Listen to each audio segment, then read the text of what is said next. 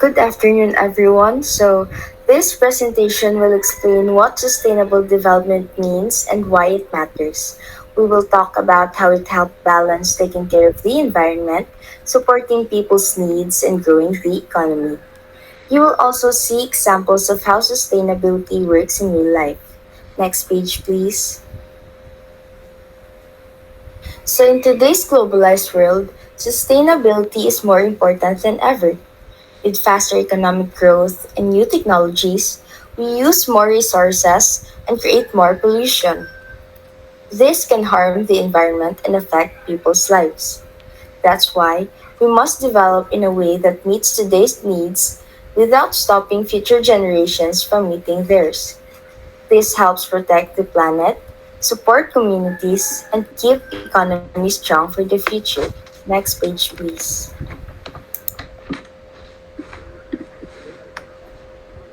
Sustainability means meeting the needs of the present without limiting the ability of future generations to meet their own needs. This definition comes from the 1987 Brundtland Report. It is grounded on three main pillars: environmental, social, and economic, which these pillars must operate together to achieve true sustainable movement. Overall, sustainability focuses on creating long-term balance so development can continue without harming people or the planet. Next slide, please.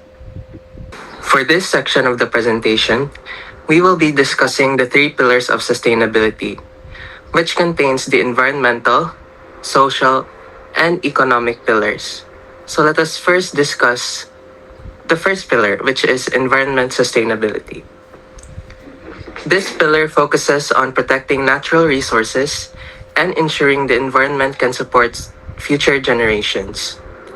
This means that environmental sustainability is about taking care of the earth so it can continue to provide what people need, like clean water, healthy soil, forest, and energy. It reminds us that if we use these resources too quickly or damage them through human activities, future generations may no longer have access to them. The goal is to maintain ecological balance and prevent long-term harm to the environment. Number 2, addresses major environmental challenges such as pollution, climate change, biodiversity loss, and the overexploitation of resources.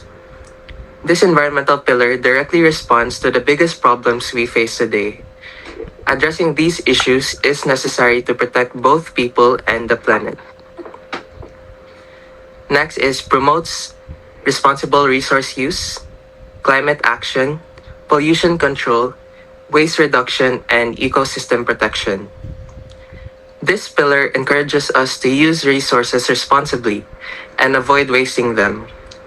It supports climate action by reducing carbon emissions and shifting to renewable energy like solar or wind power. It also focuses on controlling pollution and reducing waste through recycling, reusing materials, and adopting circular economy practices. On this slide, we have some important points about social sustainability.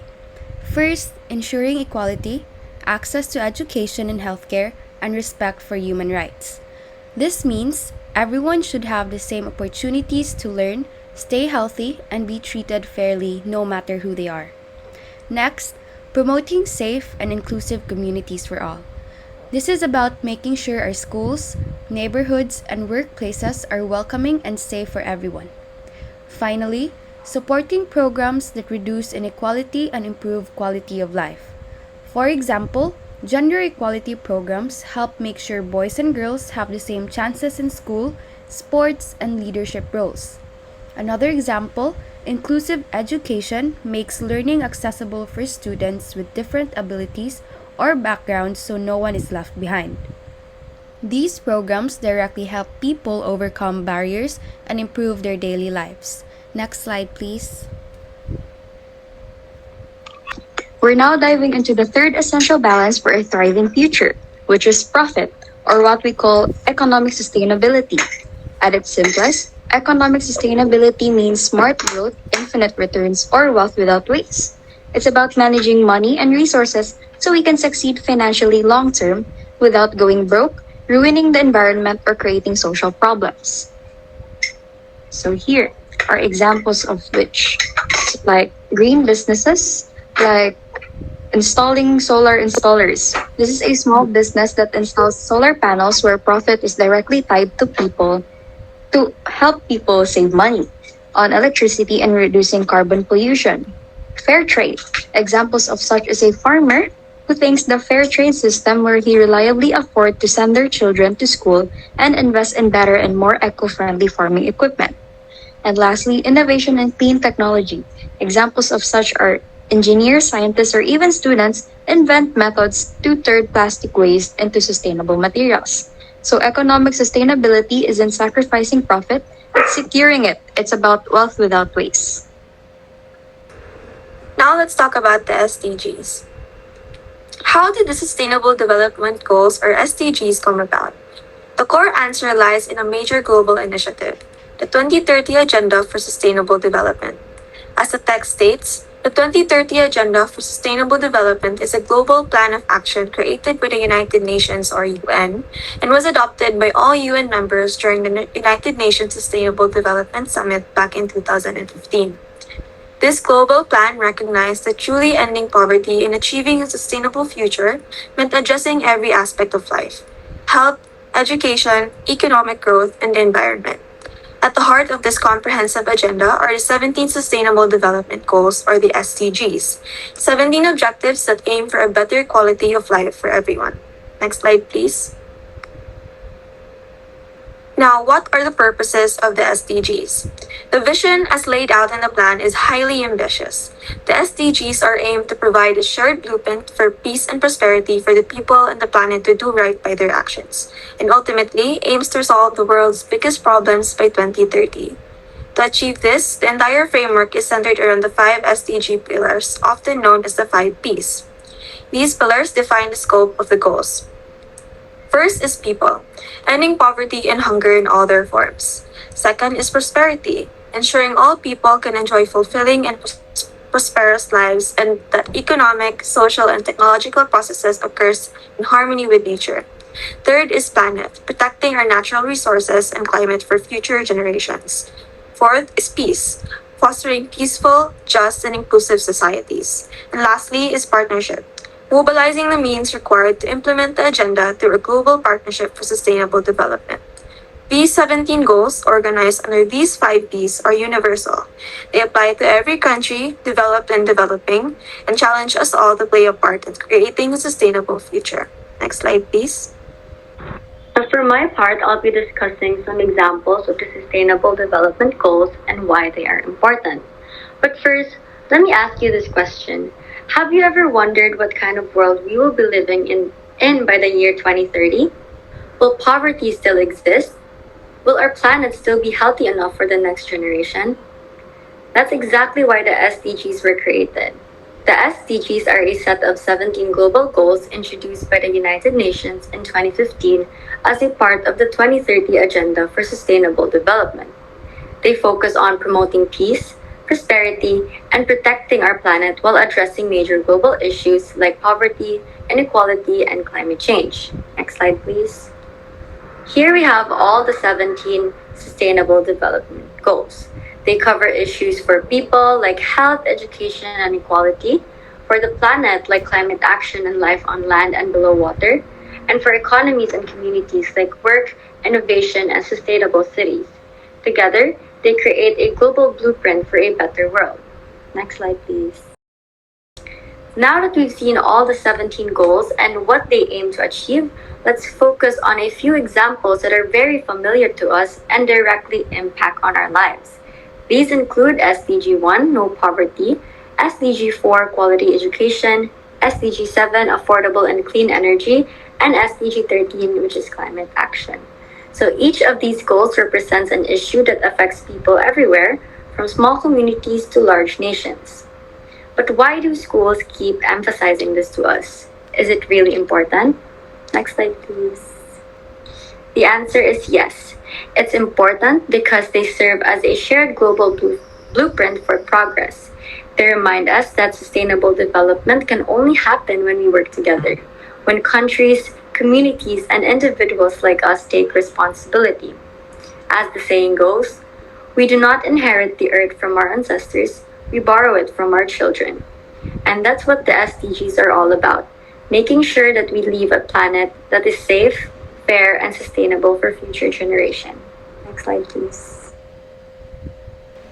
Next, I'll be discussing corporate social responsibility, more commonly known as CSR, and how it helps promote sustainable development both in businesses and in society. Before anything else, let me ask you, what good is business success if the society around it is struggling? That question brings us to the importance of CSR. Now, to understand this better, let's begin with its definition. So, corporate social responsibility or CSR refers to company led initiatives that aim to create a positive social, environmental, and economic impacts. That is where beyond profit. So, this include helping communities, protecting the environment, and upholding ethical businesses practices. And really, shouldn't businesses give back to the same society that allows them to grow? With that in mind, let's move on to how CSR promotes sustainable development. So, CSR plays a key role in ensuring that business growth remains responsible and sustainable. Think about it. What is the point of economic progress if it harms our planet or leaves people behind? So through CSR, companies help support environmental protection, social welfare, and fair economic opportunities.